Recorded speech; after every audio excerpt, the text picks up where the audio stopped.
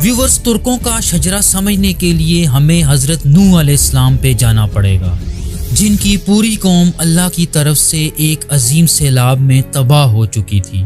तो उन्होंने अपने तीनों बेटों को ज़मीन को आबाद करने के लिए मुख्तलिफ जगहों पे भेजा। हाम को अफ्रीका, साम को ईरान और याफीस को मौजूदा रशिया के दरियाए वोल्गा और याक के किनारे भेजा। हज़रत याफीस के 8 बेटे थे। जब हज़रत याफीस की मौत का वक्त नज़दीक आया तो उन्होंने अपने सबसे बड़े बेटे तुर्क को अपना जानशीन मुकर्रर कर दिया। इसके साथ साथ अपने दूसरे बेटों को ये वसीयत भी की कि वो उनके बाद अपने बड़े भाई को यानी तुर्क को हाकिम तस्लीम कर लें। तुर्क क़यादत संभालने के बाद अपने लोगों के साथ मौजूदा किर्गिज़स्तान के इलाके में आबाद हुआ। तुर्क के नाम से ही हज़रत याफीस की तमाम औलाद का नाम मंसूब करके तुर्क रखा गया और पूरी दुनिया में बसने वाली तुर्क नस्ल इन्हीं के नाम से जानी जाती है। यानी तुर्कों का शजरा तुर्क से याफीस और फिर हज़रत नूह अलैहिस्सलाम से जा मिलता है। तुर्क के 4 बेटे थे और उनके बाद उनका सबसे बड़ा बेटा तूतक उनका जानशीन बना। तूतक से 3 नस्लें आगे अलिंजा खान आता है, जिसके 2 जुड़वा बेटे मंगोल और तातार थे, जिन्होंने अपनी बाप की सल्तनत को 2 हिस्सों में तकसीम कर लिया। जिसके बाद तुर्कों के 2 कबीले मंगोल और तातारी वजूद में आए। व्यूवर्स, अर्तुगरुल गाजी की नस्ल अलिंजा खान के बड़े बेटे मंगोल से चली। इसी वजह से कुछ मौर्रख चंगेज खान को भी तुर्कों की नस्ल से ही मानते हैं। मंगोल के 4 बेटे थे, जिनके नाम किर खान, उर खान, कारा खान और कुर खान था। तुर्क नस्ल कारा खान तक पहुंच के अल्लाह और दीन को मुकम्मल तौर पे भुला चुकी थी और इस्लाम छोड़ चुकी थी। उन्हीं वक्तों में कारा खान के यहाँ एक बच्चा पैदा हुआ, जिसका नाम ओगोस खान रखा गया। इस बच्चे ने बहुत छोटी उम्र में अपनी माँ को इस्लाम लाने पे कायल किया, ताहम उसकी माँ अल्लाह की वादहानियत पे ईमान ले आई। जवानी की उम्र तक पहुँच के ओगोस खान ने कई जंगें की और मौजूदा दौर के सेंट्रल एशिया, मिडल ईस्ट, तुर्की, मंगोलिया और जनूबी रशिया के कई इलाके फतह कर लिए। अपनी जिंदगी के दरमियानी सालों में उसे 2 औरतों से प्यार हो गया और इन दोनों औरतों से ही उसने शादी कर ली। ओगोस खान की इन दोनों बीवियों से 3 बेटे थे। पहली बीवी ओजोकलार से गोखान, दागहान और दानीस खान थे, जबकि दूसरी बीवी बोजोकलार से गुनहान, आयहान और यल्दीज खान थे। ओगोस खान के इन 6 बेटों से आगे 24 बेटे थे, यानी ओगोस खान के 24 पोते थे। ओगोस खान के ये 24 पोते 24 तुर्किश कबीलों की बुनियाद बने, जो कि तुर्किस्तान की ओगोज यगू स्टेट में बसते थे। इन 24 कबीलों ने एक कबायली इत्तेहाद बनाया हुआ था और इस इत्तेहाद को ये लोग अपने दादा ओगोस खान के नाम से मंसूब करके ओगोसीन या ओगोजलार कहा करते थे। व्यूवर्स, जैसा कि आप चार्ट पे देख सकते हैं कि ओगोस खान के हर पोते ने एक कबीले की बुनियाद रखी और यही 24 कबीले मुस्तकबिल में मुख्तलिफ इस्लामी रियासतों की बुनियाद बने, जैसा कि काई कबीला उस्मानी और किनेक कबीला सुल्जूक सल्तनत की बुनियाद थी। व्यूवर्स, अर्तुगरुल गाजी का शजरा ओगोस खान और उसकी दूसरी बीवी बोजोकलार के सबसे बड़े बेटे गुनहान से चलता है। गुनहान के 4 बेटे थे, जिनके नाम काईहान, बायात, अलकावली और कारावली थे। काईहान ने काई कबीले की बुनियाद रखी थी और यूं काई कबीले का शजरा गुनहान के सबसे बड़े बेटे काईहान से जा मिलता है। काई कबीला ताकत के लिहाज से इन 24 कबीलों में दूसरे नंबर पे था। काई लफ्ज का मतलब ताकत और हिम्मत के हैं। इस कबीले का निशान 2 तीर और इनके दरमियान एक कमान पर मुश्तमिल था। गुनहान के बाद काईहान को यगू स्टेट का बादशाह मुंतखब किया गया, जिसने तकरीबन 50 साल तक हुक्मरानी की और 90 साल की उम्र में वफात पाई। काईहान के बाद उसका बेटा तोरमेश आता है, जिसने 100 साल से भी ज्यादा उम्र पाई और हजरत मूसा अलैहिस्सलाम का जमाना देखा और इसी जमाने में वफात पाई। तोरमेश के बाद भाई तैमूर और फिर बोजलो खान आते हैं, बोजलोहान ने अपने आसपास के कई इलाके फतह किए और हजरत दाऊद अलैहिस्सलाम के दीन पे ईमान ले आया और उसके बाद अपनी सारी जिंदगी इस मजहब की तबलीग में सर्फ कर दी।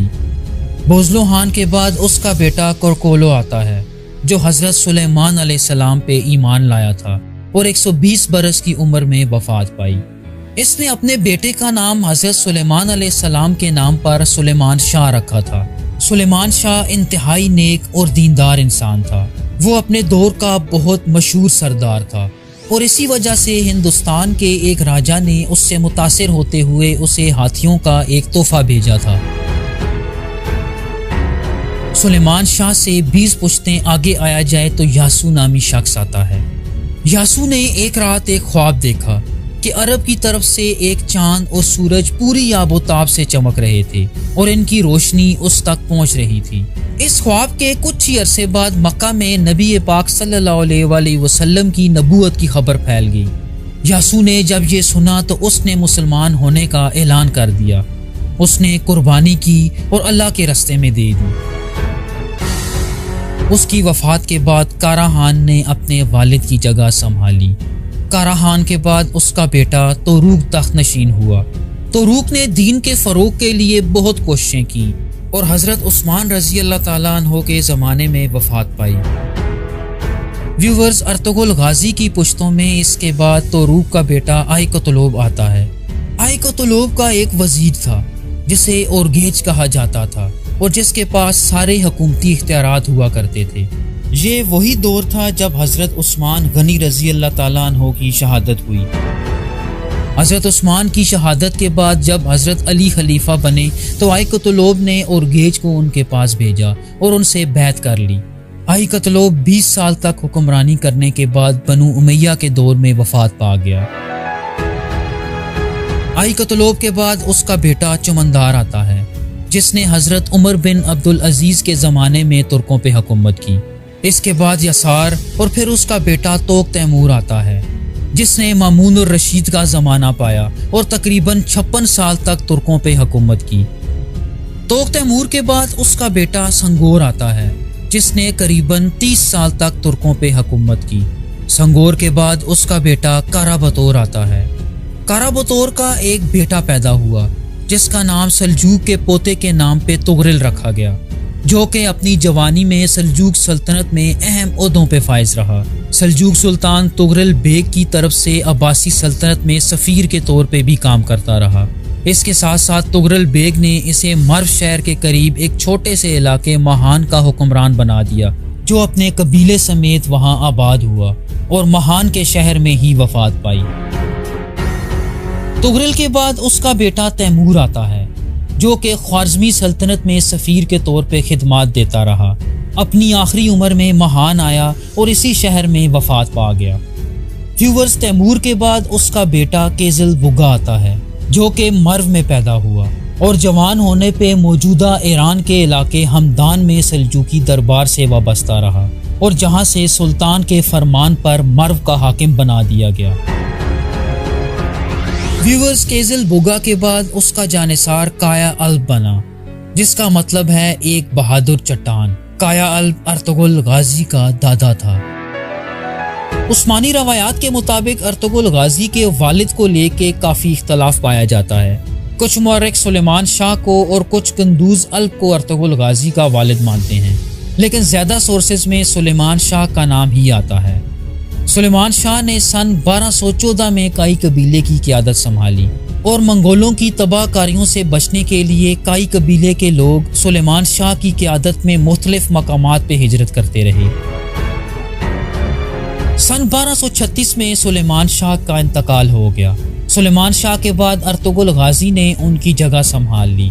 अर्तुगरुल गाजी ने काई कबीले की इज्जत और वकार को आसमान की बुलंदियों तक पहुँचा दिया और एक खालिस इस्लामी मुजाहिद के तौर पे जिंदगी गुजारी। अर्तुगरुल गाजी की बीवी हलीमे खातून थी और इनसे अर्तुगरुल गाजी के 3 बेटे थे जिनके नाम उस्मान गाजी, सावसी बे और गुंदूज अल्ब था।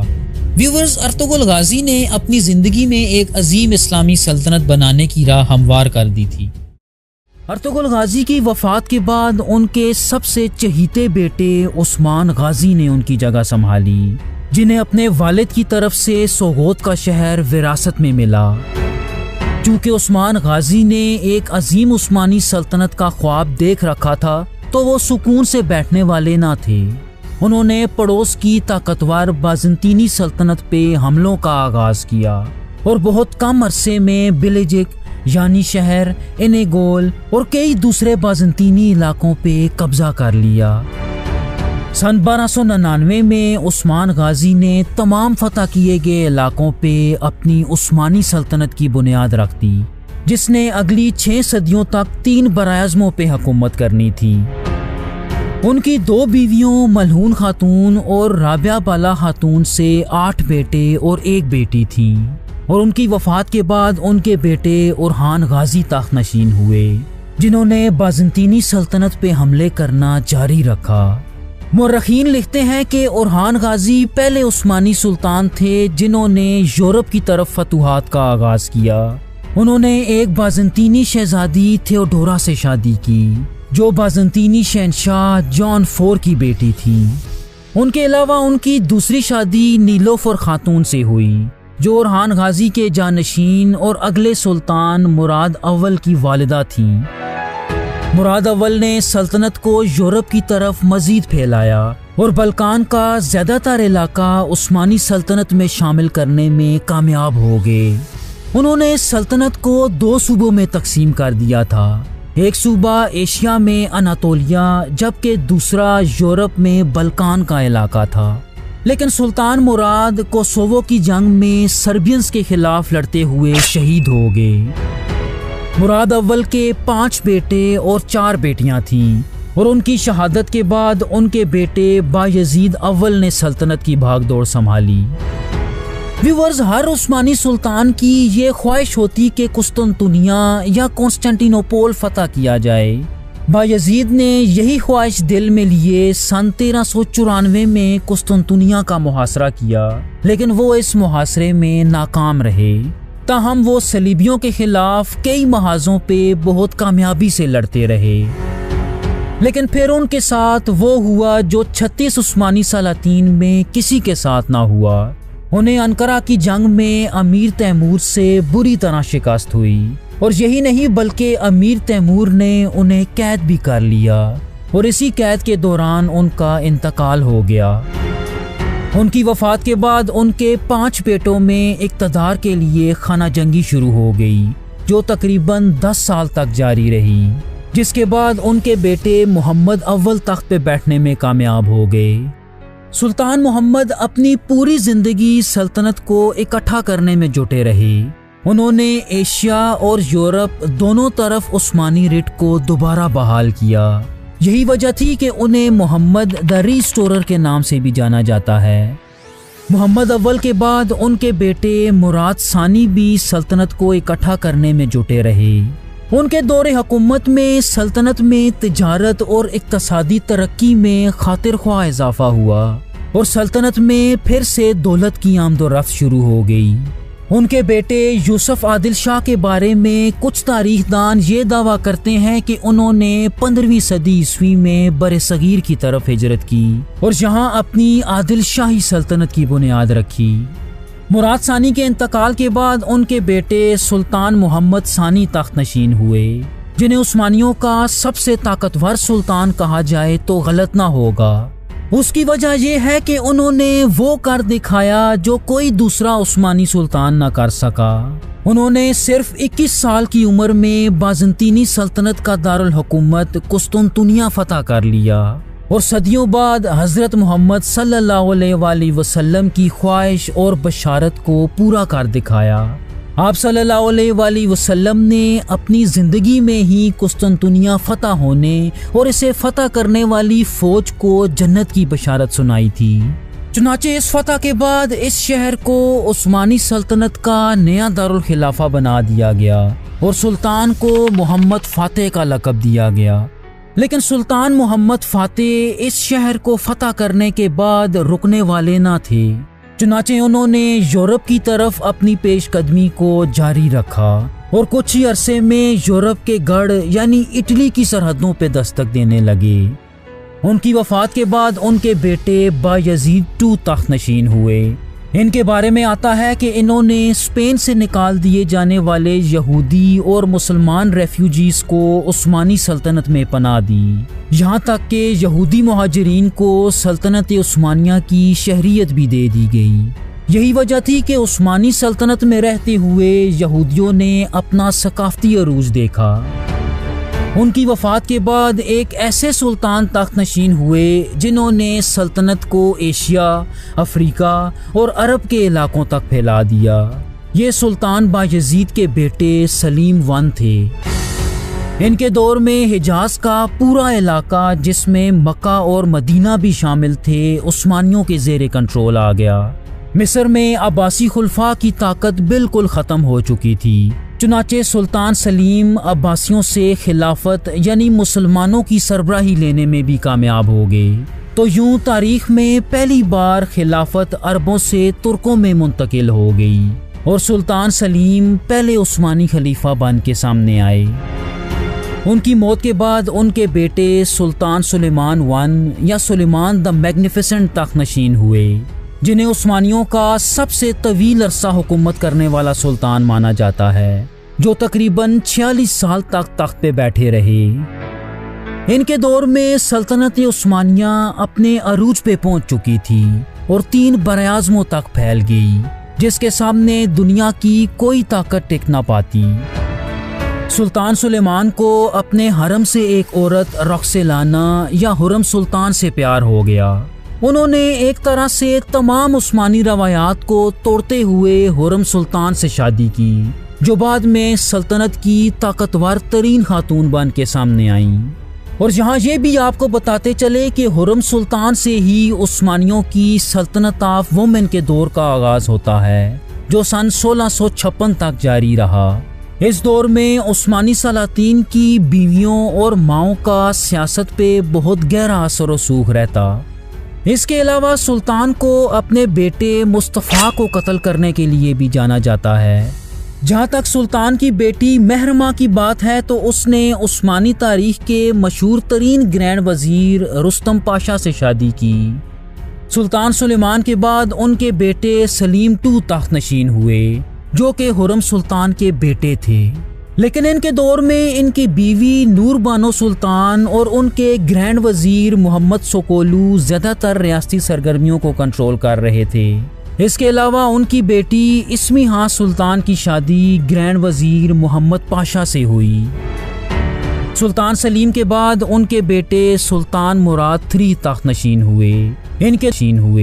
इनके एशिया, यूरोप और अफ्रीका का ज़्यादातर इलाका कंट्रोल कर रहे थे, यहाँ तक कि अब उस्मानी सल्तनत की सरहदें दूर दराज मगरब में मोरक्को तक पहुँच चुकी थीं। लेकिन इनके दौर को उस्मानियों का टर्निंग पॉइंट भी कहा जाता है, क्योंकि अब उस्मानियों को बहुत सी अंदरूनी और बैरूनी मुश्किलात का सामना भी था। उनके बाद उनके बेटे मोहम्मद III तख्त नशीन हुए। इनके बारे में ये मशहूर है कि इन्होंने तख्त पे बैठने के लिए अपने 19 भाइयों को कत्ल किया। इसके अलावा इन्होंने उस्मानी तारीख में पहली दफ़ा बरतानिया के साथ ताल्लुकात इस्तवार किए। अगले अहम सुल्तान अहमद I थे, जिन्होंने मौजूदा तुर्की की ब्लू मॉस्क भी बनवाई थी। व्यूअर्स, इस पॉइंट तक हम देख सकते हैं कि उस्मानी सल्तनत में तख्त की मुंतकिली बहुत आसानी से बाप से बेटे में हो रही थी। उसकी खास वजह यह थी कि हर सुल्तान की मौत के बाद उसके बेटों में एक खाना जंगी होती। जो बेटा इस खाना जंगी में कामयाब हो जाता, वो तख्त पे बैठ जाता और तख्त के बाकी उम्मीदवारों को कत्ल कर देता। सुल्तान अहमद ने तख्त पे बैठते ही उस्मानी खानदान का ये रवाज ख़त्म कर दिया। इनके दौर में पहली दफ़ा एक उस्मानी खातून कोसेम सुल्तान सल्तनत की एक ताकतवर खातून बन के सामने आईं, जिन्होंने उस्मानियों के लिए बहुत अहम फैसले भी किए। सुल्तान अहमद के बाद उनके भाई मुस्तफ़ा I सल्तनत के अगले सुल्तान बने। इस दौर में कुछ यूं महसूस होता है कि वो पुराना रिवाज के जिसमें तख्त के तमाम उम्मीदवारों को कत्ल कर दिया जाता, वो सल्तनत की बका के लिए क्यों ज़रूरी था। चूँकि अब वो रिवाज ख़त्म हो चुका था और सुल्तान अहमद के सारे बेटे भी जिंदा थे। चुनाचे सुल्तान अहमद के बेटे उस्मान II ने सुल्तान मुस्तफ़ा के खिलाफ बगावत करते हुए उन्हें कत्ल कर दिया और खुद तख्त पे बैठ गया। लेकिन उस्मान II को अपने ही जेनिसरीज ने कत्ल कर दिया। इसके बाद सुल्तान अहमद के 2 और बेटे बारी बारी तख्त पे बैठे। पहले मुराद IV तख्त पे बैठे जो तख्त पोशी के वक्त महज 11 साल के थे। चुनाचे इनके दौर में सल्तनत के सारे फैसले उनकी वालिदा कोसेम सुल्तान किया करती। व्यूअर्स, कोसेम सुल्तान को उस्मानी सल्तनत ऑफ वुमेन की इंतहाई अहम शख्सियत माना जाता है। सुल्तान मुराद IV के बाद उनके भाई इब्राहिम तख्त नशीन हुए जो दिमागी तौर पे ठीक ना थे। चुनाचे इनके दौर में भी कोसेम ही इनडायरेक्टली हुकूमत कर रही थी। जब सुल्तान इब्राहिम ने कोसेम के खिलाफ बगावत करने की सोची तो कोसेम ने उन्हें कत्ल करा दिया। इब्राहिम के बाद उनके बेटे मोहम्मद IV सिर्फ 6 साल की उम्र में तख्त नशीन हुए। लेकिन ये सुल्तान भी सल्तनत चलाने के लिए कोसेम पे ही इंसार किया करते। जब हुकूमत में कोसेम सुल्तान की मुदाखलत हद से ज़्यादा बढ़ गई तो सुल्तान की माँ तुरान शाह भी मैदान में आ गई और उन्होंने कोसेम को कत्ल करा दिया। व्यूअर्स, ये वो दौर था कि जब सल्तनत मुकम्मल तौर पे जवाल का शिकार थी। उस्मानी फौज कई महाजों पे जंगें भी हार रही थी और आहिस्ता आहिस्ता अपने इलाके भी खो रही थी। इसके बाद सुल्तान मोहम्मद IV की नस्ल से कई सुल्तान थोड़े थोड़े वक्तों के लिए तख्त पे बैठे, लेकिन इनमें से अक्सर को सल्तनत चलाने का ज्यादा पता ना था। चुनाचे हम सुल्तान अब्दुल हमीद I के दौर में आते हैं, जिन्होंने सल्तनत को संभालने की हर मुमकिन कोशिश की। लेकिन सल्तनत उस वक्त इतनी कमज़ोर हो चुकी थी कि ख़जाने में फ़ौज की तनख्वाह देने के पैसे भी ना थे। ये वो दौर था कि जब शेर मैसूर टीपू सुल्तान ने अंग्रेज़ों के खिलाफ सुल्तान से मदद मांगी, लेकिन चूंकि उस्मानी खिलाफत उस वक्त खुद लड़खड़ा रही थी तो सुल्तान ने मदद से इनकार कर दिया। इनकी वफ़ात के बाद इनके भतीजे सलीम III तख्त नशीन हुए, जिन्हें काफ़ी बासलाहियत सुल्तान समझा जाता था और इनसे बहुत उम्मीद भी की जा रही थी कि ये सल्तनत की तकदीर बदल देंगे। ताहम इन्हें एक साजिश के जरिए जेनिसरीज के हाथों कत्ल करा दिया गया। व्यूअर्स, यहाँ दिलचस्प बात यह है कि सुल्तान सलीम III के कत्ल के वक्त उस्मानी खानदान के सिर्फ 2 मर्द ही जिंदा बचे थे। ये दोनों सुल्तान अब्दुल हमीद के बेटे मुस्तफ़ा IV और महमूद II थे, जो बारी बारी तख्त पे बैठे। सुल्तान महमूद II ने अपने दौर में सल्तनत के तौर तरीकों में बहुत ज़्यादा इस्लाहात की, यहाँ तक कि सुल्तान और हुकूमती लोगों के कपड़े तक तब्दील कर दिए गए। इन्हीं के दौर में उस्मानी सल्तनत और आले सऊद पहली दफ़ा आमने सामने आए कि जब आले सऊद की पहली सऊदी स्टेट ने मक्का और मदीना पे कब्जा कर लिया, जिसके नतीजे में सुल्तान ने आले सऊद को कुचलते हुए दोनों मुकद्दस मकामात से सऊदियों को निकाल दिया। और व्यूअर्स, इसी दौर से अरबों और उस्मानियों के दरमियान दुश्मनी का आगाज होता है। इनकी वफात के बाद उस्मानी सल्तनत 2 सिमतों में तकसीम हो गई और ये 2 सिमतें सुल्तान महमूद II के 2 बेटे सुल्तान अब्दुल मजीद I और सुल्तान अब्दुल अजीज थे। चुनाचे अगले आने वाले सुल्तान सल्तनत में उठने वाली बगावतों और दुश्मन साजिशों के खिलाफ नाकाम रहे, लेकिन इनमें एक सुल्तान ऐसे भी थे जो अंधेरे में रोशनी की एक किरण नजर आ रहे थे। इनका नाम सुल्तान अब्दुल हमीद II था, जिन्हें उस्मानी सल्तनत का आखिरी बासर सुल्तान समझा जाता है। इनके दौर में सल्तनत मुआशी तौर पे दिवालिया हो चुकी थी और उस्मानी सल्तनत को अब यूरोप का एक बीमार मर्द कहा जाने लगा। सुल्तान अब्दुल हमीद का सबसे बड़ा चैलेंज यंग टर्क मूवमेंट थी, जिनका मकसद खिलाफत के निज़ाम को ख़त्म करके आइनी हुकूमत का क़याम था। सुल्तान अब्दुल हमीद ने यहूदियों की तरफ से दी जाने वाली कई ऑफर्स को ठुकरा दिया, जिनसे उस्मानी सल्तनत के सारे मसाइल हल हो जाने थे। लेकिन सन 1909 में दुश्मन अनासिर सुल्तान अब्दुल हमीद को माजूल कर देने में कामयाब हो गए। पहली जंग अजीम में सुल्तान अब्दुल हमीद के भाई सुल्तान मोहम्मद V सल्तनत की भागदौड़ संभाल रहे थे। इस जंग में उस्मानियों ने जर्मनी का साथ दिया और आखिरकार उस्मानी ये जंग हार गए। इसके नतीजे में इत्तेहादी ताकतों ने उस्मानी सल्तनत को 15 से ज़ायद मुल्कों में तकसीम कर दिया और सन 1922 में मुस्तफ़ा कमाल ने रिपब्लिक ऑफ तुर्की की बुनियाद रख दी। लेकिन सल्तनत के खात्मे के बाद भी खिलाफत अब्दुल मजीद II तक जारी रही और इस आखिरी खलीफा को भी सन 1924 में मुल्क बदर कर दिया गया, जिससे इस्लामी खिलाफत का भी मुकम्मल तौर पे खात्मा कर दिया गया। व्यूअर्स, मौजूदा दौर में उस्मानी खानदान को उस्मान ओगलू के नाम से जाना जाता है, जो आज दुनिया के मुख्तलिफ हिस्सों में पाए जाते हैं। इस खानदान के मौजूदा सरबराह हारून उस्मान हैं और अगर उस्मानी सल्तनत आज मौजूद होती तो यही मौजूदा सुल्तान और खलीफा होते। व्यूअर्स, सल्जूक सलातीन की फैमिली ट्री ओगोस खान से कैसे चलती है? सल्जूक सल्तनत की मुकम्मल फैमिली ट्री देखने के लिए स्क्रीन पे दी गई वीडियो ज़रूर मुलाहिज़ा कीजिए और हमें सपोर्ट करने के लिए चैनल सब्सक्राइब ज़रूर कीजिएगा। Thank you so much. अल्लाह हाफिज़।